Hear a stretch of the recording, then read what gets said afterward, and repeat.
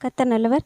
இன்றைய வேத வசனம் யோவான் 1:17 எப்படியெனில் நியாயப்பிரமாணம் மோசேயின் மூலமாய் கொடுக்கப்பட்டது, கிருபையும் சத்தியமும் இயேசு கிறிஸ்துவின் மூலமாய் உண்டாயின. நம்ம எவ்வளோ நேரம் நியாயப்பிரமாணத்தையும் கிருபையும் குறித்து தான் பார்த்தோம்.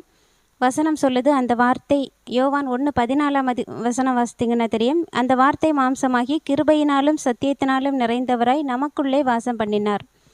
ஏசப்பா நமக்கென்று கொடுக்கப்படாவிட்டால் நம்ம இந்த மன்னிப்பை பெற்றிருக்க மாட்டோம்.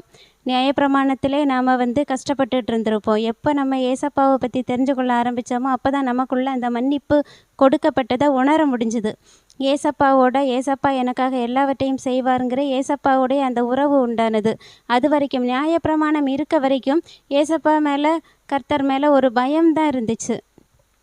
அதாவது நியாயப்பிரமாணத்தை தவறிட்டால் நம்மளை தண்டிச்சிருவாங்களோ அப்படி ஒரு பயம், அந்த அன்பு வரல. ஆனால் எப்போ நம்ம ஏசப்பாவை குறித்து அறிந்து கொள்ள ஆரம்பித்தோமோ, ஏசப்பாவை பற்றி எப்போ நமக்கு தெரிய ஆரம்பித்தோம், அப்போல இருந்து தான் அவருடைய மன்னிப்பை குறித்து நாம் தெரிய ஆரம்பித்தோம். அந்த மன்னிப்பு தான் நம்மளை இன்னைக்கு வரைக்கும் நம்மளை உருவாக்கி கொண்டிருக்கிறது.